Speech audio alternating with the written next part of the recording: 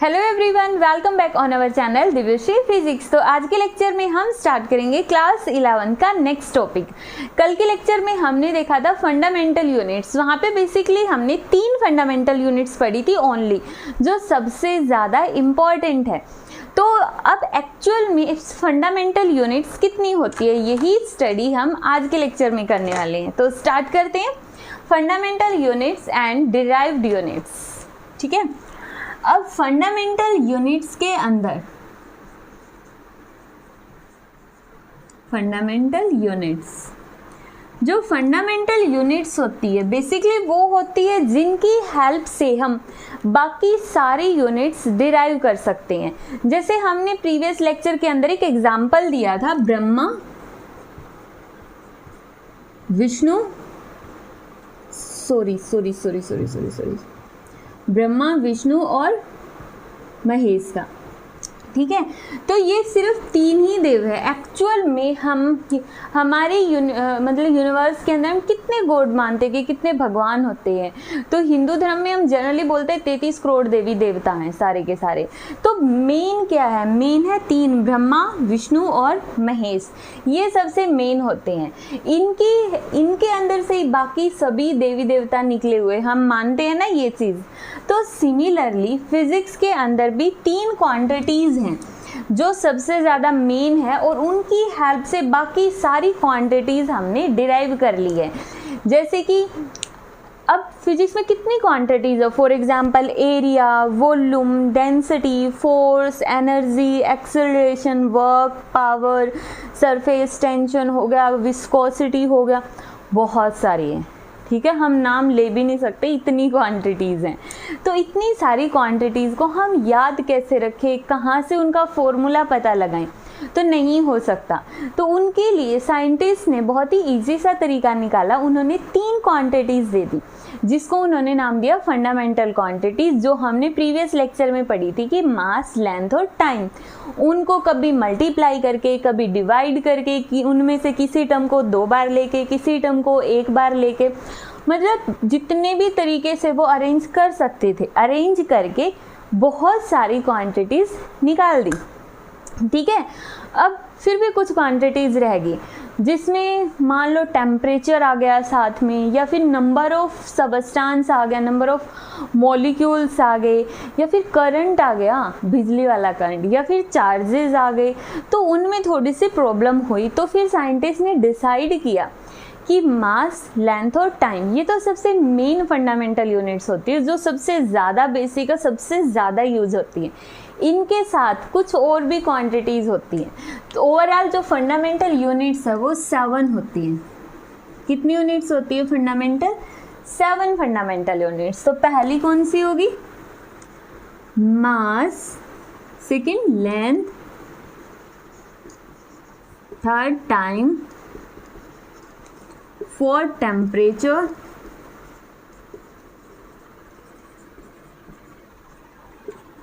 Current, electric current,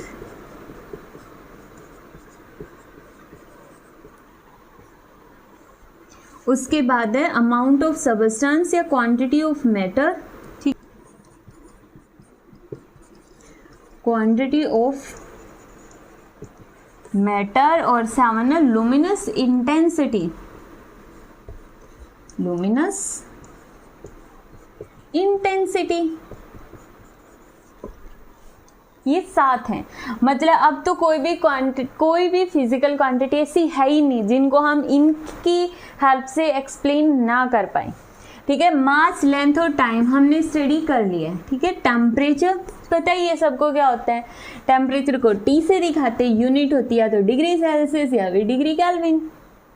sorry, kelvin में degree नहीं लगता है, सिर्फ डिग्री सेल्सियस या फिर केल्विन। ठीक है, और इलेक्ट्रिक करंट सबको ही पता है। इलेक्ट्रिक करंट क्या होता है? Charge divide by time.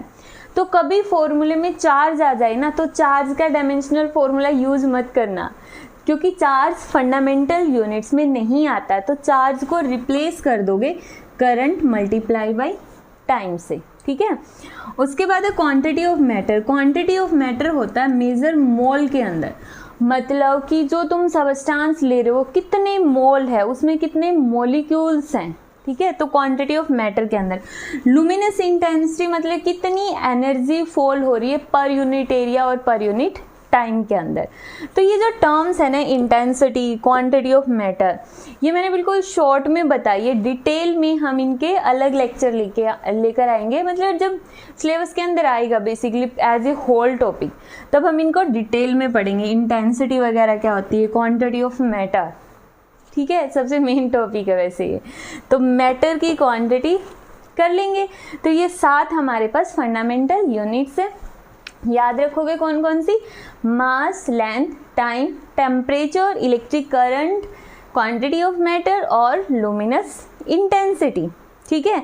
तो 7 हमारे पास ये क्वांटिटीज हो गई जो फंडामेंटल यूनिट्स है। अब जितनी भी फिजिकल क्वांटिटीज़ हैं, 1 लाख 2 लाख हमें नहीं पता कितनी है, तो उन सारी क्वांटिटीज़ को हम इनकी हेल्प से डिराइव कर सकते हैं। बट एक टर्म और रह जाती है, वो है एंगल। कई बार क्या होता है कि कोई भी क्वांटिटी उसमें दे देंगे पर डिग्री, मतलब एंगल के अकॉर्डिंग बोल देंगे पर रेडियन, पर डिग्री। तो मतलब एंगल का क्या, एंगल का किससे रिप्रेजेंट करेंगे हम, उसका वह कौन सी यूनिट है, क्या वो फंडामेंटल यूनिट है या डिराइव्ड यूनिट है, तो उसको यूज करना पड़ेगा, ठीक है। तो फिर साइंटिस्ट ने कहा कि फिजिक्स की जितनी भी फिजिकल क्वांटिटीज़ हैं उनको सबसे इम्पोर्टेंट तो ये 7 ही यूनिट डिराइव कर देगी, ठीक है। फिर भी अगर बाई चांस ये एंगल वगैरह का कॉन्सेप्ट आ जाता है तो इसके लिए साइंटिस्टों ने 2 यूनिट और दे दी। रब कर दो इनको, हाँ। सारी के सारी फिजिकल क्वांटिटीज़ 1 लाख 2 लाख जितनी भी है 7 फंडामेंटल यूनिट से ही हो जाती हैं। But in case 1-2 physical quantity जो रह जाती है उसके लिए है हमारे पास यहाँ पे साइंटिस्टों ने दिया सप्लीमेंट्री यूनिट।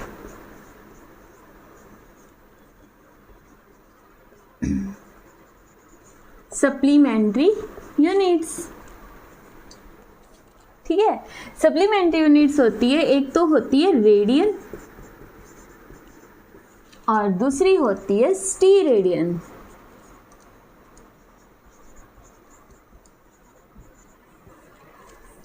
क्लियर, बस ये ओवरऑल 9 क्वांटिटीज़ है जिनकी हेल्प से फिजिक्स की जितनी भी फिजिकल क्वांटिटीज़ होती है सबको हम डिराइव कर सकते हैं।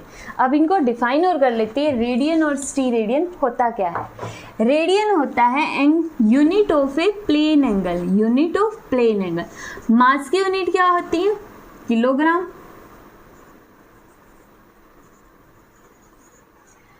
और डिस्टेंस की यूनिट मीटर, किलोमीटर, मीटर ही मानते हैं ना, मीटर। और वॉल्यूम मतलब लिक्विड की यूनिट लीटर, मिलीलीटर, यही होगी ना। तो इसी तरह एंगल की यूनिट क्या होगी? एंगल की यूनिट होगी रेडियन या फिर स्टीरेडियन, ठीक है। और प्लेन एंगल तो है तो उसको हम मेजर करेंगे रेडियन के अंदर, ठीक है। तो प्लेन एंगल को मेजर करेंगे रेडियन में। प्लेन एंगल मतलब 2D के अंदर जो एंगल बनता है, बोलते हैं ना 2 डायमेंशनल या 3 डायमेंशनल। तो 2 डायमेंशनल में जो एंगल बनेगा वो प्लेन एंगल होता है। और स्टीरेडियन यूनिट किसकी यूनिट है? सॉलिड एंगल की। सॉलिड एंगल कहाँ पर बनता है? 3D, 3 डायमेंशंस के अंदर। ये 2 डायमेंशन में और ये 3 डायमेंशन में बनता है सॉलिड एंगल, ठीक है। समझते हैं, देखो सबसे पहले प्लेन एंगल क्या होता है? प्लेन एंगल मतलब एक पॉइंट के ऊपर एक आर्क, जिस आर्क की लेंथ है ds, रेडियस है r, वो इसके सेंटर पे जितना एंगल बनाती है, तो जितना एंगल बनाती है उसको हम बोलेंगे प्लेन एंगल। डी थीटा से इसको रिप्रेजेंट करेंगे। तो यहाँ पे डी थीटा मतलब सिंपली जो तुम्हें याद रखना है ना, वो ये याद रखना है, एंगल का फॉर्मूला होता है आर्क डिवाइड बाय रेडियस, जो तुम अभी अभी 10th क्लास में रीड करके आए हो। एंगल का फॉर्मूला क्या होता है? Arc divide by radius, simple सा, आर्क डिवाइड बाय रेडियस, ठीक है। तो आर्क डिवाइड बाय रेडियस हो गया। तो यहाँ पे देखो एंगल कौन सा है, डी थीटा। आर्क की लेंथ कितनी है, ds, रेडियस कितनी है, r, तो डी थीटा हो गया दिस, और प्लेन एंगल निकल गया ना, डी थीटा क्या है, प्लेन एंगल, और प्लेन एंगल की यूनिट क्या होती है, रेडियन। समझ आया अब, जैसे कि किलोग्राम यूनिट होती है मास की, मीटर यूनिट होती है लेंथ की, लीटर यूनिट होती है लिक्विड की, लिक्विड को मेजर करते हैं ना लीटर के अंदर, तो इसी तरह से प्लेन एंगल की यूनिट होती है रेडियन। ठीक है, तो ये इतने रेडियन, और एंगल का फॉर्मूला कभी भी मत भूलना, आर्क डिवाइड बाई रेडियस होता है। अब देखो, अगर हमें यहाँ पे निकालना हो 1 रेडियन की वैल्यू, 1 रेडियन किसके इक्वल होगा, 1 रेडियन, देखो 1 यहाँ पे 1 चाहिए ना, प्लेन एंगल की वैल्यू कितनी होनी चाहिए, 1 रेडियन, तो डी थीटा की वैल्यू 1 रेडियन कब होगी, बताओ कब होगी, इसकी वैल्यू 1 कब होगी, जब ds is equal to R होगा। जब क्या होगा, ds is equal to R होगा, तो ये आपस में कैंसल आउट, और प्लेन एंगल कितना आ गया, 1 रेडियन। ठीक है, समझ आया। प्लेन एंगल की अब डेफिनेशन लिख दो, मैं बोल देती हूँ। प्लेन एंगल क्या होता है, it is defined as the angle, क्या बोलोगे, it is defined as the angle subtended at the centre of a circle, centre of a circle by an arc whose length is equal to radius of that circle, whose length is equal to radius of that circle। देखो ये जो हमने red colour से, I hope कि दिख रहा हो उसके अंदर वीडियो में, ये एक सर्कल बना दिया। ठीक है, इस सर्कल का जो सेंटर है O, ये रहा इसका सेंटर। अब इसके सेंटर पर जो ये एंगल बना जा रहा है, बनाया गया प्लेन एंगल है, हमने क्या बोला, it is defined as the angle subtended at the centre of circle by an arc, by an arc whose length is equal to ds and radius is equal to r। ठीक है, तो ये होता है हमारे पास plane angle. I hope clear हो गया होगा।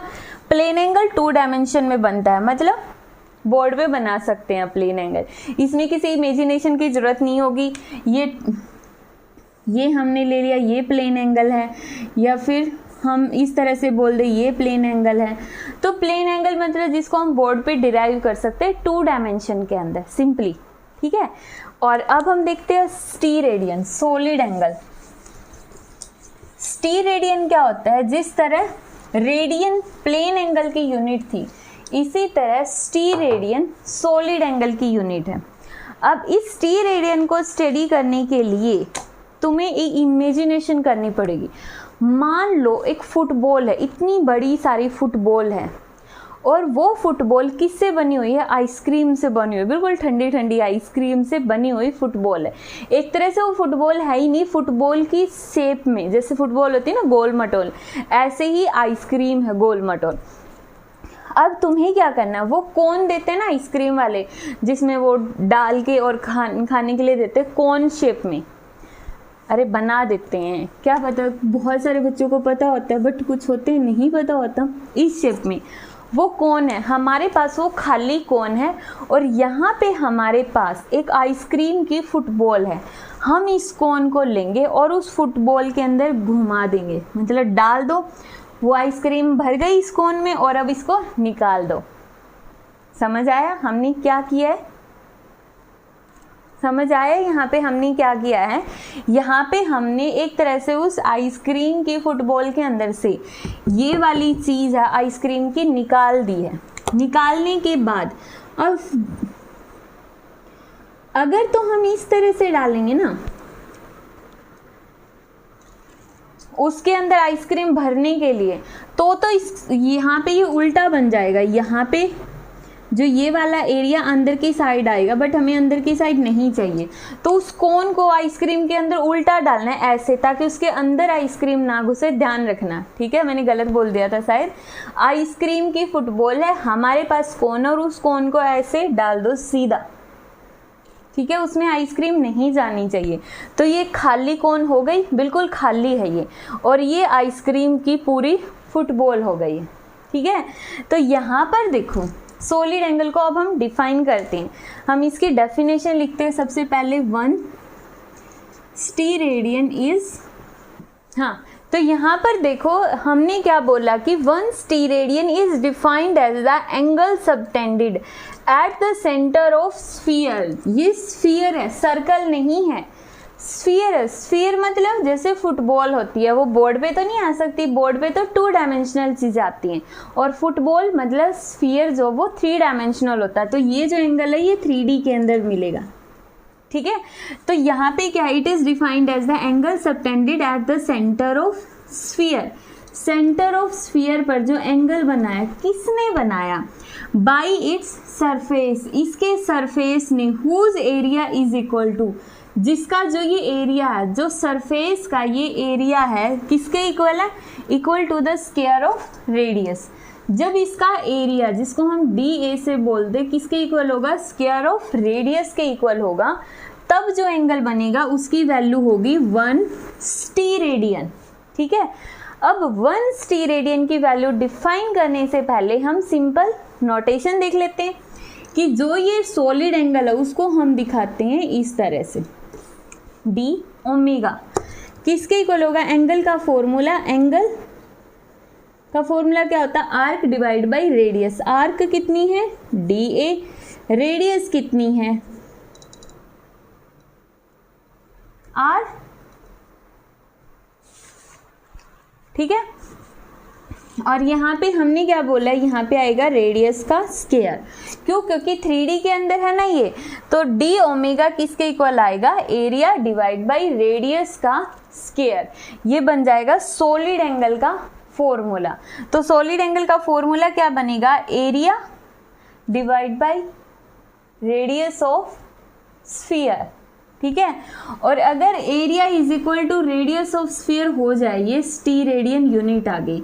अगर ये दोनों इक्वल हैं तो d ओमेगा की वैल्यू आ गई 1 स्टीरेडियन। d ओमेगा की वैल्यू 1 स्टीरेडियन। समझ आया किस तरह से हमने इसको डिफाइन किया है, तो हो गया क्लियर। तो ये तो थी हमारे पास सप्लीमेंट्री यूनिट्स, या फिर इसको सबसाइडरी यूनिट्स बोलते हैं। मतलब फिजिक्स में जितनी फंडामेंटल यूनिट्स हैं उनके साथ 2 सप्लीमेंट्री या सबसाइडरी यूनिट्स होती है। तो ओवरऑल मिलके ये जो 9 यूनिट्स बन गई, इनकी हेल्प से, सिर्फ 9 यूनिट की हेल्प से हम इतनी सारी फिजिकल क्वांटिटीज़ को हम डिराइव कर सकते हैं। कैसे कर सकते हैं, डायमेंशनल फॉर्मूले से, जो कि हम अपने आने वाले लेक्चर्स के अंदर स्टडी करेंगे। ठीक है, तो तब तक के लिए इन कॉन्सेप्ट्स को क्लियर करो बिल्कुल अच्छे से। ठीक है।